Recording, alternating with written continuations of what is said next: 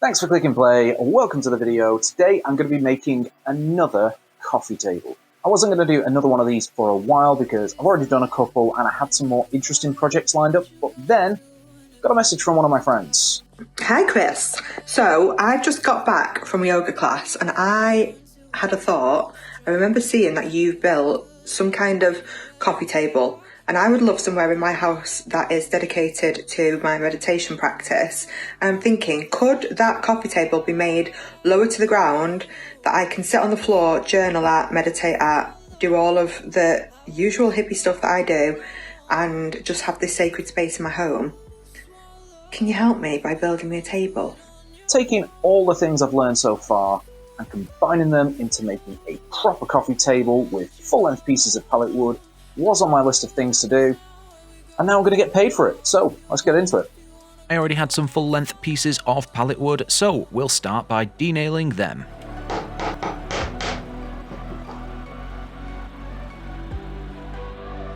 This was only quarter of what I was going to need, so it was time for a pallet run, and luckily it was the middle of British summer. Look at that summertime. I put on my waterproof summer coat, grabbed myself some wood from the newly found stash, and then started denailing them. After that, I let them dry out against my radiator for a few weeks. I set my measuring stick to slightly less than the thickness of a piece of pallet wood, but then I realised it was completely bowed.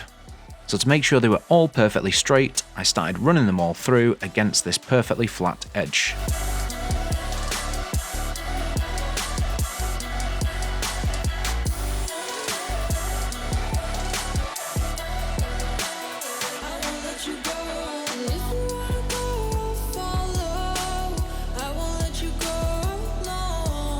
Top is all glued up, and before I start routering it and making a mess of it, I'm going to do the legs. In the last pallet wood table video, the legs were an afterthought and they were kind of horrible. For this one, I do want to make them properly because it's going to be for a friend and they're giving me money, but I also want to try out something new. So I want two really chunky big blocks as legs. So we're going to do another glue up. I chopped them all to the same length, stacked them up to make sure I had enough, and then I left them to dry for a few weeks. Now that the wood's dried out for the legs, most of it's garbage. Some of it's splitting, some of it's falling apart, some pieces just weren't big enough and I didn't measure them right, and some of them are bowing like crazy. So I'm gonna do leg one and then see what happens. Just take it from there.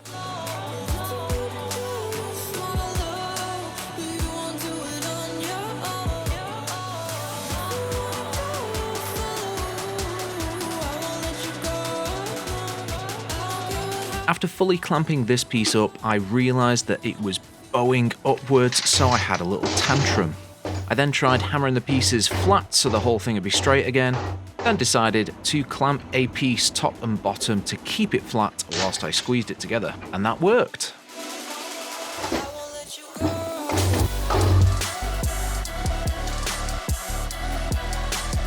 I had to check what was usable for the second leg. I realised these offcuts from earlier were going to help pad it out. Then I started using any scrap pieces I could find on my shelf, including the prototype wine glass holder from my Christmas present video.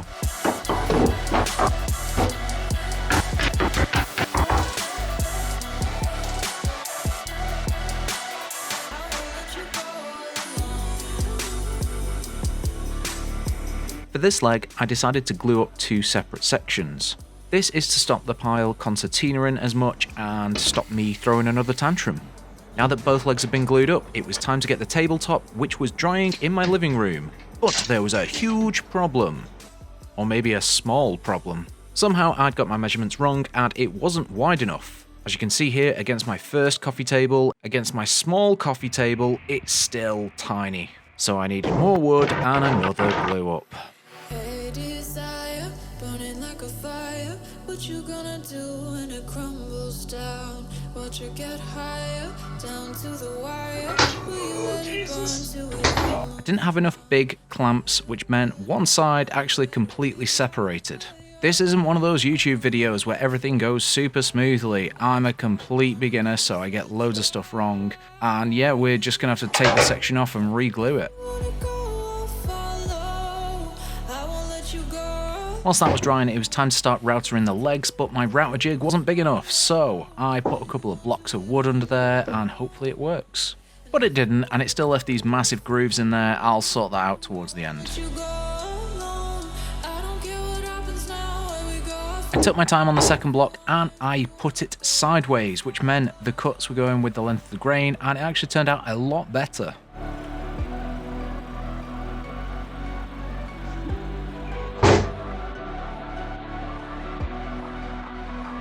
I did one pass on the tabletop and realised there was a lot of wood sticking up from the top, and I thought it'd be a waste to just try router it down, so I pulled out the angle grinder with a sanding bit and just took as much of the excess away as possible. The sanding bit wasn't doing enough, so I took out a grinding bit and that seemed to do the job.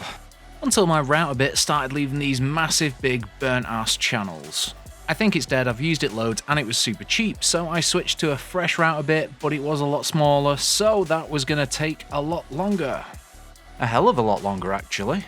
Somehow, my cheap palm router dropped an extra 2mm, which meant I had to start from scratch. So I got out my big router and that breezed through it. But all these errors meant I'd gone really deep and it left a massive lip on the rest of the table, so I decided to save some time using the electric planer.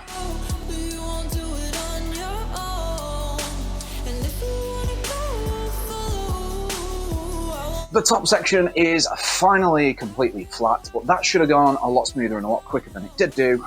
My router bits aren't great, but I can't afford to get really decent ones because this is just a hobby. Because of all that, there's loads of tiny little lines on the top which I'm going to have to take off. But before I do that, I'm going to make sure all the gaps are filled on the surface. I also have to do the same to the legs, but on the leg sections there's some massive gaps that I need to fill. So, like I did in my scrap wood pallet wood table, I'm going to fill all the gaps with epoxy. Now on the legs, some of the sections are so big that I had to block the ends with some wood filler before I could fill it with epoxy.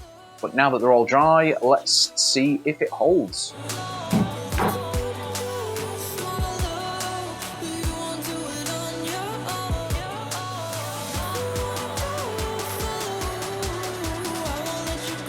Once the epoxy had set, it was time for a final router moving 1cm at a time. This made it super smooth, even though it looks like there's loads of lines in it.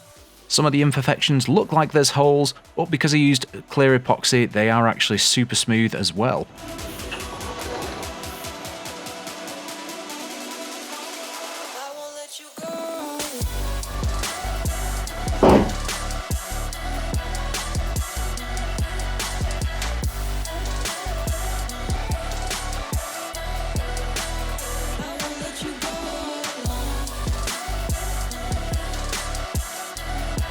The tabletop is pretty much done, but we do have a couple of issues. When I was routering it flat, this edge piece just got completely blown out. I've also got this massive knot hole that I tried filling with epoxy, but it's not quite flat, and if I try to overfill it, I've got no way of routering it flat again.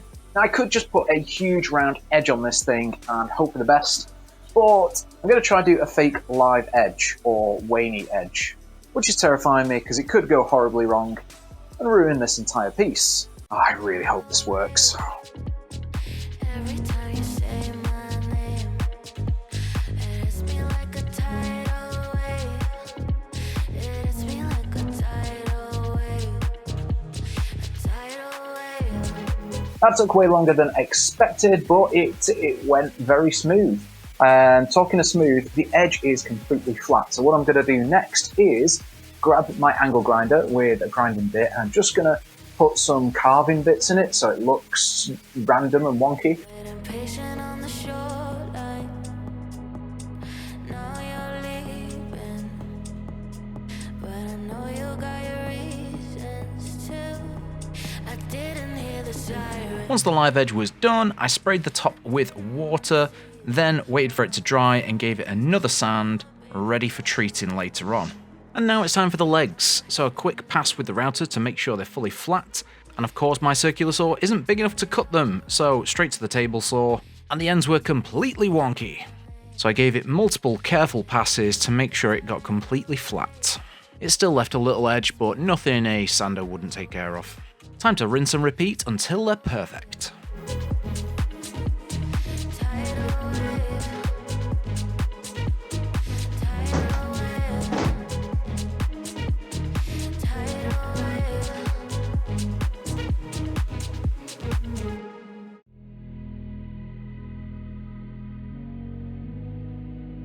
Now that the legs are done, I've got to figure out a way of attaching them. I need a flat surface for them to sit on, but I cannot be bothered flattening the underside of that table because it will take forever and I will probably mess it up somehow. I'm going to router out 2 sections for them to sit in, and hopefully it makes a really snug connection. Little secret, I didn't hear the sirens. If you watch the video very closely, you will see poo just happened, because I thought it had just set on fire. But it wasn't. One of the pieces of wood was giving off some smoke. Maybe it wasn't dry enough, but it wasn't on fire anyway, so I carried on. Every time you say my name, it hits me like a tidal wave. It hits me like a tidal wave. A tidal wave. Tidal wave. Once the legs go on, they won't be coming off, so I gave everything a couple of coats of Danish wood oil before I stuck it all together. I am terrible at using dowel joints and biscuit joints, but it is something I'm going to learn in the future. But for now, I'm just using giant screws because this thing weighs a ton. I want the legs to stay attached. But I forgot to glue them up, so I had to take it off and re-stick it again.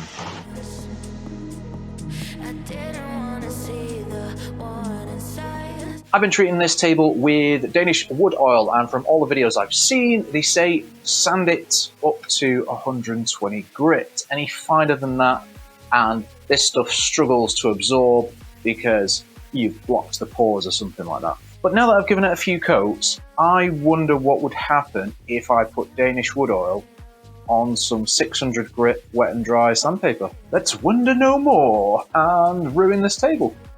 This seemed to work really well and the table ended up silky smooth, but if I've just ruined it, please let me know in the comments.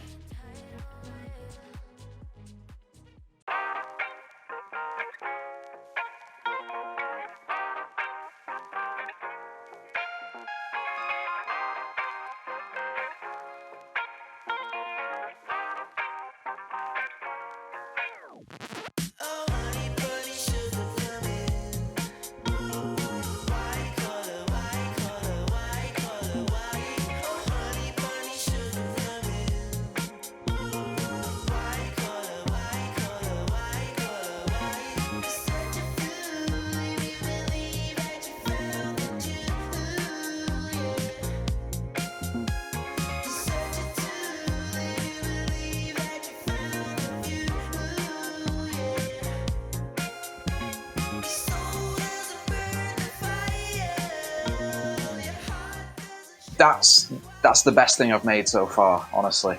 Well, second best if you include the giant cup. Genuinely, I was super proud of how that one turned out. The live edge was a complete afterthought, and that really made the piece for me, I think. It turned out that nice. I actually didn't really want to give it away, which is really ironic because I don't want to keep any of the other stuff I've made. In fact, I'm trying to sell it, but no one's buying it. So remember to visit my Etsy shop. I'll put the link in the description below, where you can buy all my past projects and even some of this old as book merch if you want to. Even though it's the best thing I've done and all that jazz, there's still room for improvement. I could have completely flattened the underside. That would have made the piece look nicer. I could have attached the legs properly with dowel joints and biscuit joints. When I chopped off the end, it exposed some cracks in the wood, which I should really have filled properly. And obviously I should be measuring things properly. I don't. I eyeball stuff and makes it more entertaining. Yeah, that's my excuse. Thanks very much for watching. As usual, if you've got any tips, questions, or suggestions, stick them in the comments below.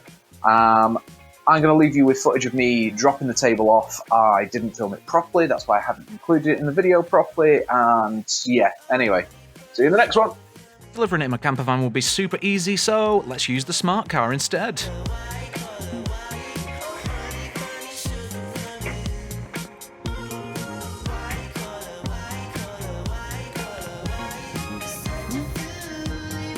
Yeah, it's pretty heavy. So nice. Ooh. Wow! It's amazing! It's huge! I love it! So nice, I love that edge.